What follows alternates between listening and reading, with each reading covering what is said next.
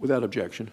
Well, Mr. President, my prayers and those of my family are with Senator Graham's family, staff, and friends after his sudden passing yesterday.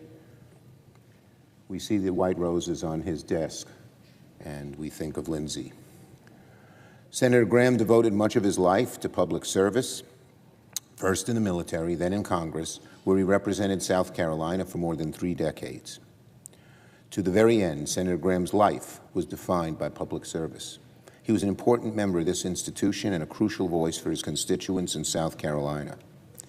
For all of our many and vehement disagreements, Senator Graham and I still found ways to work together. One of the first things we did together is travel to China. We both believed that China was manipulating its currency, hurting American exports, hurting American jobs. And together, we hammered away at that issue. At first, neither the left nor right believed us. Amazingly enough, both the New York Times, a liberal publication, the Wall Street Journal, a conservative publication, said there's no such thing as currency manipulation. But Graham and I proved to be correct, and we took some real efforts over the next few years to stop that manipulation and the outflow of American jobs. We worked together and hashed out a framework for common-sense, comprehensive immigration reform, the so-called Gang of Eight, led by myself and Senator McCain, and with Lindsey Graham as a key member. We worked hard on it. We didn't agree on everything in our bipartisan immigration proposal, but we agreed it was worth trying because doing nothing was worse. We also found common ground in our effort to aid Ukraine after the Russian invasion.